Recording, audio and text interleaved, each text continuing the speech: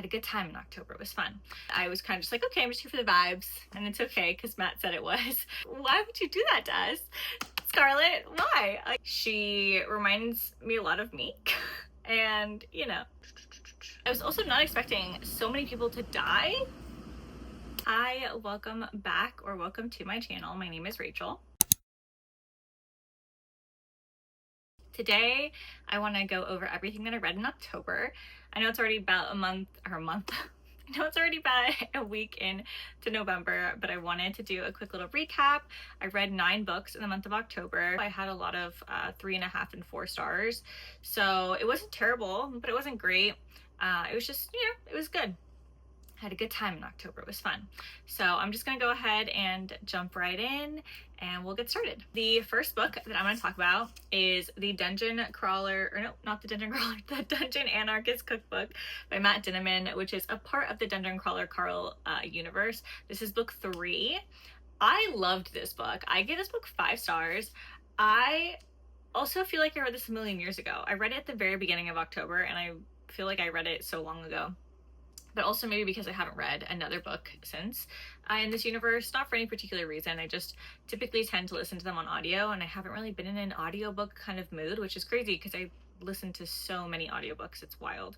This book is really confusing in the aspect of like the level. So every level that Carl goes through is slightly different. And so this particular level has to do with the tunnel system, kind of like in New York, and it's extremely confusing. There's even like at the very beginning there's an author note where Matt Dinniman says that, you know, you're not really supposed to understand, like he puts it in the author's note.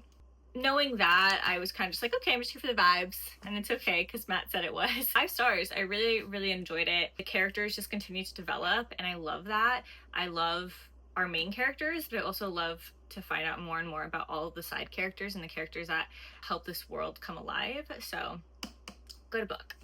The next one is Terror at the Gates by Scarlett and Clair. I have, everywhere I've been posting about this book, I have continuously said I've never read anything by Scarlett St. Clair. Turns out I have. I've actually read 2 books by her. In the same world, the Hades and Persephone retelling that she wrote, I read the first 2 books in that series and I liked them. They were good. They were for a book club. They were good, entertaining. This book, I loved this book. Oh my gosh, I read this book so fast. I read it in 2 days. I did tandem, so I listened to the audio and I followed along with it, but this was so entertaining.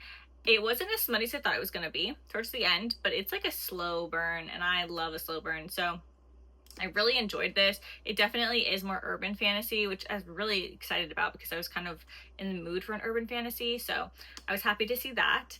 But yeah, 4 stars. Fantastic. I said this book, is beautiful. So, you know, even though I didn't like it, it's okay because the book is so pretty. But the way it ended, I'm like, why would you do that to us, Scarlett? Why? Like, I need the next one. So anyway, really good. The next book that I have here, and the last like physical book that I read, is Not Quite Dead Yet by Holly Jackson. This is for Pro Over Pros, my pop-up bookstore's book club for the month, and I gave this 4 stars. I really liked it. I'm not a big mystery thriller person, so I was a little hesitant about this one, but I really enjoyed it. I thought that the character Jet was kind of funny, like dark humor type of way.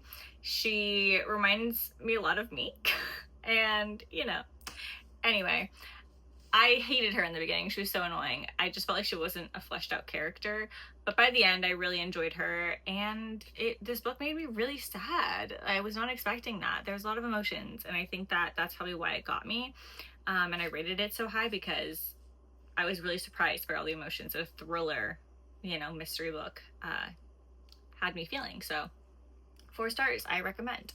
So everything else except for, I want to say 2 books I read on my Kobo, and the rest I listened to on audio. So I'm going to go ahead and go through all of those ones now. I have my little paper here. So I listened to Simply More by Cynthia Erivo. It was okay. It's like a memoir style, but it's like short essays and things like that, poems, I think, stuff like that. I didn't love it. I would have, I think, enjoyed it more if it leaned more heavy on the memoir and less on, it kind of was giving me like self-help vibes. And not that, you know, self-help books are not good, but that's not what I was there for. You know, I was hoping for more of a memoir style, and that's not really what it was giving me. So on Fable, where you have to rate books, I rated it 5 stars because I don't like rating people's memoirs and life story and things like that. It's their life, you know. But on Goodreads and Storygraph, I didn't rate it because it wasn't my favorite, but you know, it is what it is. And then I read or listened to on audio The Lesser Devils by Christopher Ruocchio, and this is a Sun Eater series novella. It comes after Empire of Silence, and for a novella, I thought it was really good. It was 3.5 stars. I don't know whether or not it pertains to the rest of the story or if it like has an impactful, you know, meaning to the rest of the story, because I haven't read the rest of the series yet. I'm going to. I'm like fully invested in the series, but I haven't gotten around to it yet. So I don't know how it stands as a whole with the series, but on its own, individually as a novella, I really enjoyed it. We got to hear more about the main character's brother and kind of what he's going through and stuff like that. So I found that really interesting. So I gave it 3.5 stars. My AC just turned on, so hopefully the audio for the rest of this video isn't terrible. So next is Bunny. I already kind of went into like a more in-depth review of Bunny in my last video, so I don't think I'm gonna really go too much into detail here. I gave it 3.5 stars. I thought it was entertaining, but I didn't like love it, you know? It, like I said in the other one, it was more about the journey than the destination, and unfortunately it wasn't my favorite, but it was fine. 3.5. The next book is Jurassic Park. I gave this one 4 stars. I really liked it, by Michael Crichton. Yeah, I really enjoyed it. I want to read the next one. It's not like at the top of my list, but it is definitely on my TBR. Also, so different than the movie. I was kind of surprised. I thought it was going to follow the book more closely, but it didn't. It was pretty different. So if you haven't read the book and you enjoy the movie, or you're interested in the book, I would definitely pick it up. It's definitely worth reading. You can definitely tell it was written, you know, in the 80s and by a man, but it's not anything like blatantly, you know, outlandish or like outrageous or anything like that. Like, it's definitely still a good read. So next is Razorblade Tears by S.A. Cosby. I also gave this book 4 stars. This book was so good. I loved it. It was really emotional, which again, I did not expect from like a crime thriller book, but wow, that book just like really like hit you in the feels. Also very gory, which I wasn't expecting, but I really enjoyed it. It is about these 2 men, 2 fathers, where their sons were killed and their sons were married, and they're just kind of going through the motions of trying to figure out who killed their sons, and their relationship throughout the story, you know, evolves and grows. And yeah, it was really emotional, and I really liked it. I really enjoyed the way that S.A. Cosby writes. It was just beautiful writing also. There were so many things that I highlighted. Again, I read it on my Kobo as a digital copy, but wow, I was not expecting that. So I will definitely be picking up more books by S.A. Cosby soon, hopefully. So yeah, definitely recommend that one. And then the last book that I read, and I know I read this at the end of the month, so this is the actual last book that I read in October, The Picture of Dorian Gray. I also did a tandem with this one. I listened to the audio and read it on my Kobo. I gave this one 3.5 stars. I did not expect what I got. I don't know what I was expecting, but it wasn't that. It wasn't the story that I read. I thought that the first half was a little bit slow, but the second half was really good. I was also not expecting so many people to die. I don't know. And I think I was expecting more of like a magical realism, and it wasn't really that. It was more about the characters, and which is fine. Like, you know, the characters are entertaining. The characters were okay.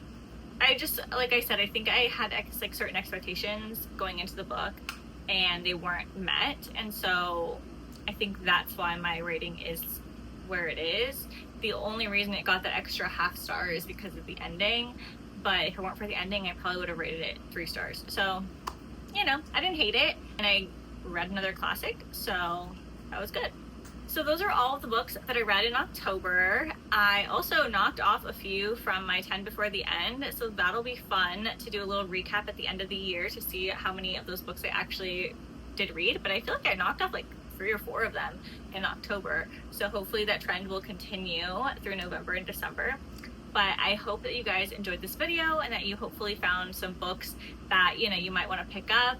Don't forget to like and subscribe and leave a comment down below with your favorite read from October. And I hope you guys have a wonderful rest of your day or evening whenever you're watching. Bye!